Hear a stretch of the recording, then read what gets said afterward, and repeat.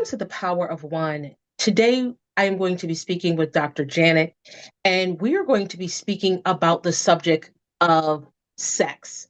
So, if there are any children viewing this show, please get your parents to view it with you. Sex in not a bad way, but an educational way. Dr. Janet, welcome to the show. My pleasure to be here. Dr. Janet, please tell the viewers about your professional background because I know it's an extensive and very impressive.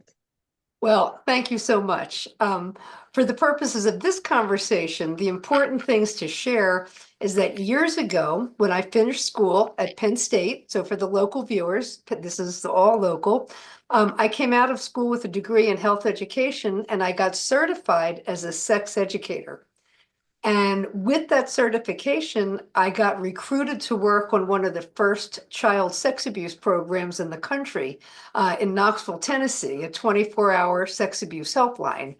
This is back in 1979 when no one knew anything about child sex abuse. The field was brand new.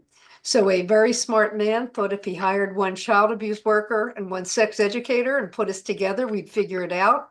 And so I'm pleased to say I was around at the beginning of the work in this field. And, I've since gone on and gotten a PhD in social work and another degree in public policy. But my real heart and soul is as a sex educator, particularly committed to the belief that parents' ability to talk to their kids about sex is the best way we can promote sexual health and safety. Okay. Tell us about human sexuality and what that means. Well, it is a very broad, all-encompassing term, and it includes everything from our spiritual component with love and our relationship to ourselves and others and our higher power. It includes understanding how the physicality of our bodies work. It includes understanding how the physicality of the bodies of other individuals work. It includes understanding that what we know about sex and sexuality, what we need to understand about sex and sexuality changes throughout the lifespan. It is a very, very broad, encompassing field. And again, referring back to my roots at Penn State and a college of human development, human sexuality is clearly a part of human development from birth till death throughout the entire life cycle. I had the pleasure of reading your book, The Sex Wise Parent, and I was just floored from reading even the very first page and then diving more into the book. And I being in victim services, we look at things differently. And my husband is not in victim services, and he looks at things differently. I remember a case that I had years ago, and it was this young lady who was sexually abused. And she was a teenager at the time, and she felt so bad. Told her mom what happened, but her mom was saying she was feeling so bad because her body reacted one way, and her mind, I mean, she didn't want it, didn't at all. And it was, and I was that stuck with me. Mhm. And in your book, you spoke to that. Mhm. That is so important. Can you touch on that a little bit as far as sexual abuse and what happens when Sure. someone's sexually abused? They don't want it, but the abuser might think they want it because of how their body is reacting. Thank you for asking and leading me into what I think is probably one of the most important pieces as a sex educator I bring to the whole work in child sex abuse prevention. And that's understanding what the physicians, what the scientists call the sexual response cycle. And again, if there's kids watching, this is biology, this is educational, but you might want to get your parent to hang out with you if you're a little guy, if you're going to be hearing this, because I really believe that the best place for kids to get information about sex is from their parent. But having Mhm. said that, we know, medically speaking, that the sexual arousal, sexual response, or genital response starts in the brain. a stimuli comes into the body. It could be a touch, it could be a memory, it could be a sight, it could be something you see on your screen. Some kind of stimuli comes into the body. That stimuli signals the cerebral cortex of your brain, and that's the part of the brain that that governs instinct and hunger. It's basic human response is the back of your brain. So a stimuli comes in, the cerebral cortex responds by sending a message to the lower lumbar region of the spine, which sends a message to the genitals, to the vaginal barrel if you're a female, to the penis if you're a male and have a penis, and then your genitals are going to respond. And that's called an autonomic response. And it's in the same category of response as blinking, if I were to stick my finger in your eye, of getting goosebumps if you're cold. Arousal is just something your body does. And what the medical science of the sexual response cycle tells us is that once that sexual response cycle starts and it progresses, there's really, especially in adolescence where there's a lot of hormonal activity going on, Mhm. there's Mhm. actually a point of no return when the Mhm. arousal is going to get so strong that release or orgasm is going to follow. Think in terms of a sneeze. Sometimes you feel a sneeze starting and you can make it stop. Sometimes it's just going to do its thing because it's an autonomic response. And Mhm. when someone is being victimized, and probably, and if you've read my book, you saw me talk about you read where I talked about this. Probably the best explanation, the best description I've read was watching an Oprah show many years ago one night, and she was interviewing a young man named Todd Bridges, who many people Mhm. remember from Different Strokes. Yes. Also remember his life got out of control when he was all over the tabloids. Mhm. He writes his book called Killing Willis and Mhm. goes on Oprah to sell his book. And she says, "Here, Todd, I'd like you to read this." And she has him read on national TV in his own words the abject confusion of having his, I think it was his publicist, perform oral sex on him as a teenage boy, and how he knew it was so wrong, and yet his body reacted with a pleasure like he'd never felt before. And that's Mhm. how we make people crazy, right? We tell them they know in their brain something is bad, Mhm. but their body is telling them it feels good. Mhm. One of the most important things we can do is teach our kids that that part of their body will do that. Many things Mhm. makes their genitals feel good, makes a penis get hard if you're a boy, or your vulva, your vagina get all warm if you're a little girl. That doesn't mean love, that doesn't mean hate. It just means your Mhm. body works. Mm. I was again surprised when I saw that in your book speaking about Willis.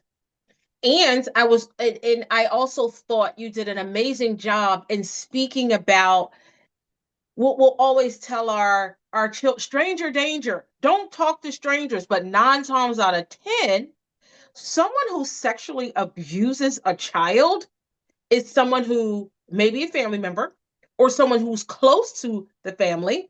And you spoke about Penn State. So we're always telling our children about strangers, but not so much as to what can happen to someone who is close to them. Speak Yes. about that part. I'm gonna do two things with that, if you don't mind. The first thing I want to go to is the other thing we're always teaching our kids is good touch, bad touch, good touch. Mm-hmm. Mm-hmm. You talk to people who've been victimized and who have had the experience of genital arousal or have had the experience of climax. They don't understand why you're saying something that feels good is bad. It's So a we bad teach touch. kids about appropriate touch, inappropriate touch, but we've got to get this good touch, bad touch language out of how we do sex abuse prevention, especially for kids who have been abused, who have Mm-hmm. had the experience of genital arousal accompanying abuse. Then they think there's something wrong with them. So we've got to stop the good touch, bad touch.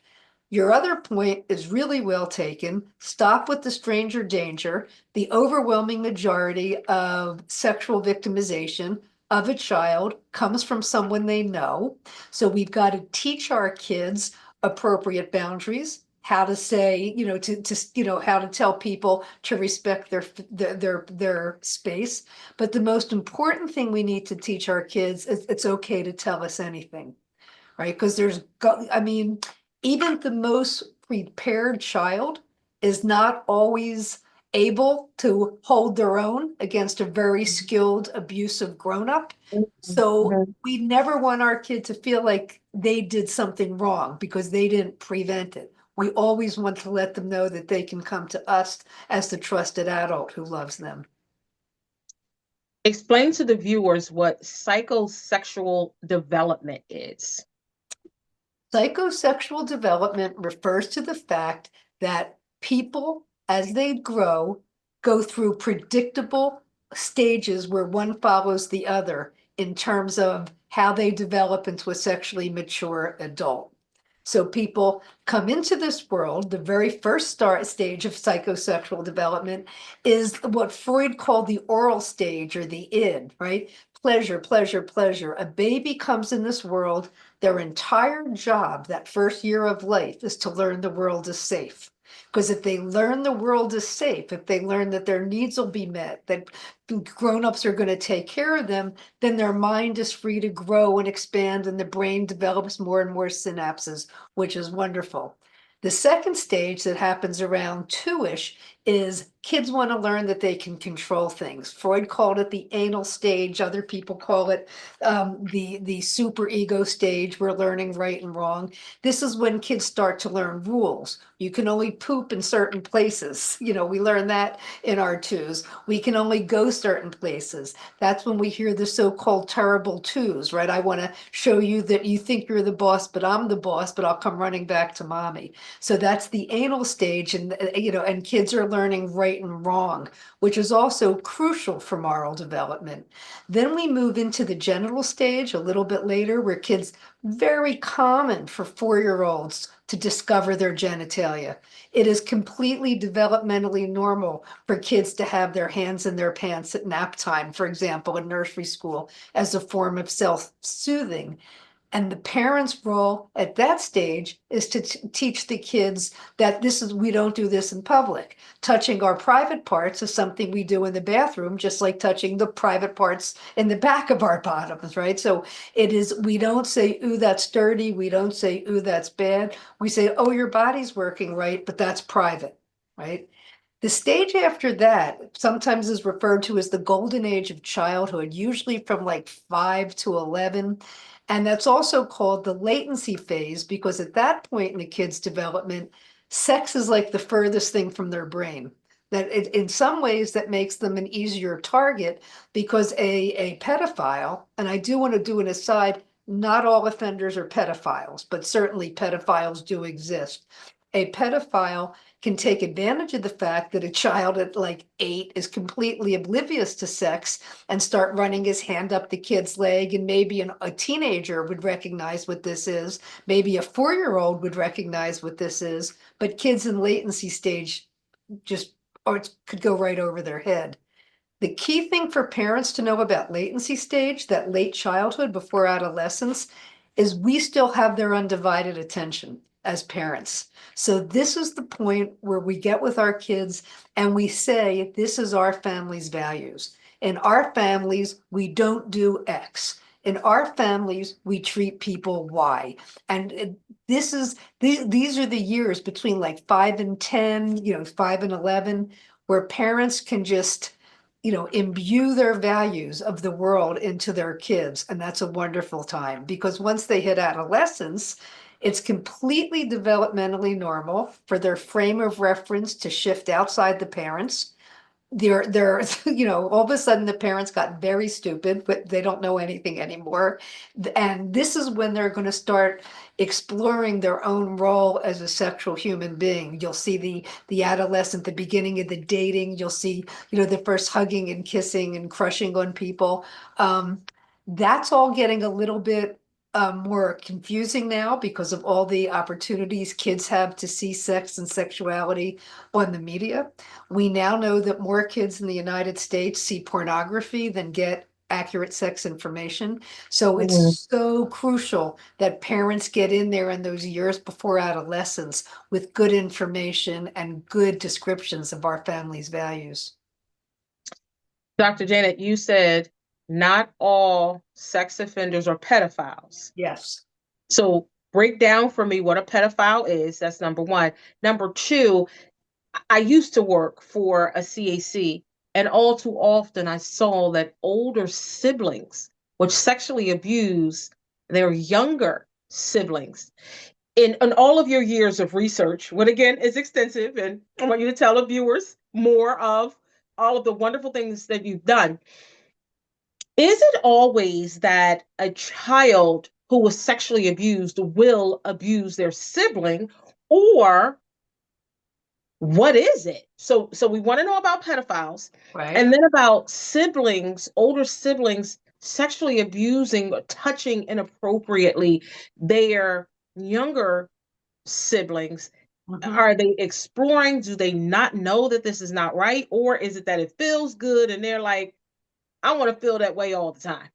Well, that's like 10 questions rolled into one. So let me try I'll to shut break up it so down. you No, can no, no. talk. Well, interrupt me. Conversation's good, but let me break that down. Let Okay. me start with what is a pedophile, and then we'll go to the kids in a minute. A Okay. pedophile, by medical definition, is someone whose primary sexual attraction is to prepubescent children, kids that haven't hit puberty yet. They're not interested in grown-ups, they're not interested in teenagers. Their primary sexual attraction is to kids before puberty. And one of the, yes, I'm sorry. no. Do they not know, an adult? Do they not know that that is wrong? Well, they may know that it's wrong, but that's their orientation, that's their sexual compulsion. I mean, how many of us, I mean, it is an urge to do something that what their brain may cognitively know is wrong. You can get into the whole psychology of all the different ways people give themselves permission to do it anyway. They rationalize, oh, I'm doing a good job teaching this kid about sex. They minimalize, oh, this isn't that bad. It's not really going to hurt. So you can get into the psychology of the messages they give themselves to give themselves permission to meet what for them is a really basic urge. Okay, I'm sorry. Go No, ahead. that's good. The other category is something called an ephebophile.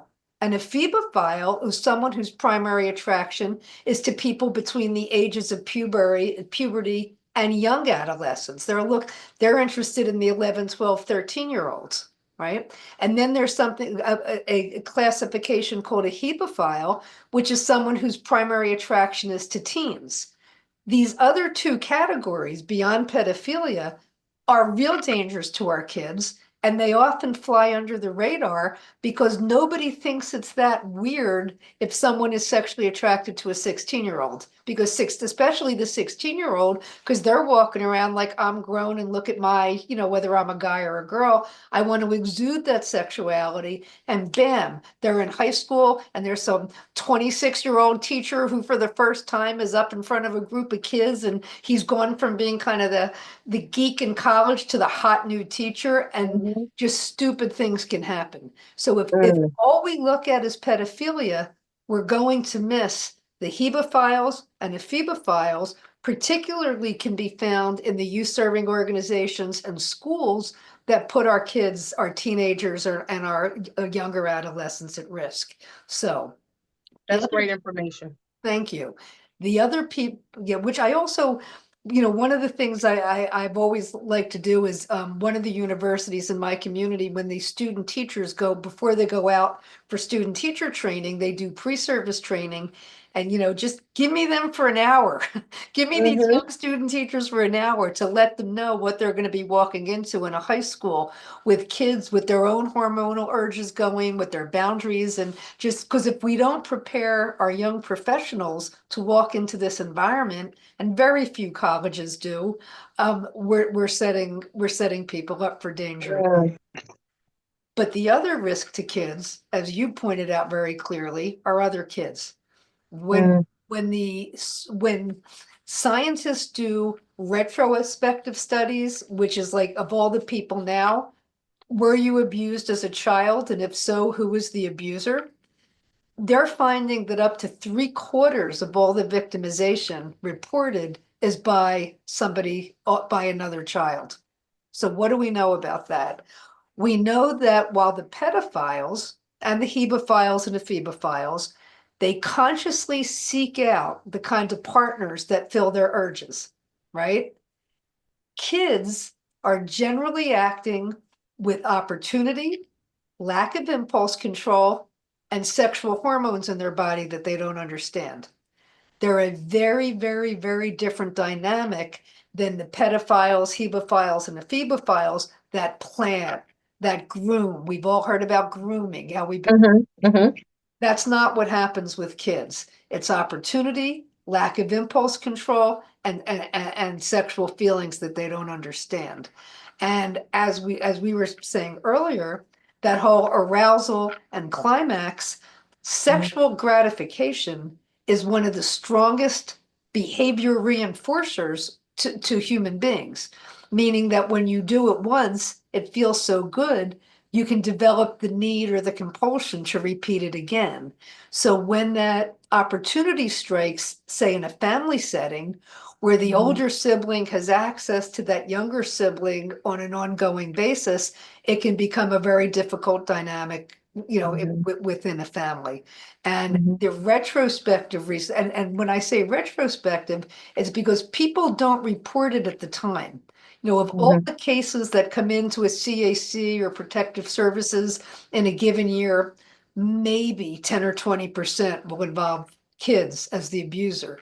But when you look Hmm. backwards and you ask, were you abused as a kid? And if so, who did it? That number is well over half, and some believe it's up to 3/4. Mm. Mm. Amazing. So you spoke earlier about sexuality having a physical component, a social component, emotional component, and spiritual component. Now break all of those down, and are they in like stages as far as like how old a child and the adult is? Well, I believe, as do many developmental people who think in terms of human development, that your human sexuality begins developing at the minute from birth. And the first time a caregiver holds you to his or her body and you learn about warmth, you learn about intimacy, you learn about human bodies, you learn about getting your needs met, you learn that the world is safe.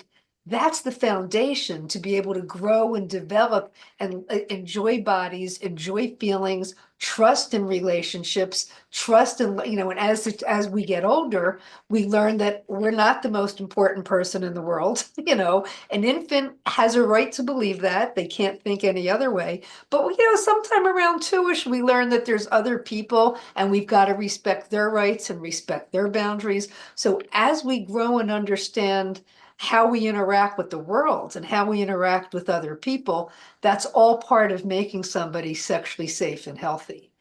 The Mm. spiritual side comes back to, what I was saying about, sharing family values in our Hmm. family, right? We put sex and love together. We know that sex feels good, but we don't do it just because it feels good, because there's other people's partners involved. I'm sort of role modeling what a parent might say to a 10-year-old as they begin to talk more about just then where do babies come from, right? This Hmm. is such a great opportunity for parents, for faith-based organizations to bring in their values about love and family and togetherness, and that sexuality is a part of that. It's the ultimate togetherness. It's the ultimate two people, having human love.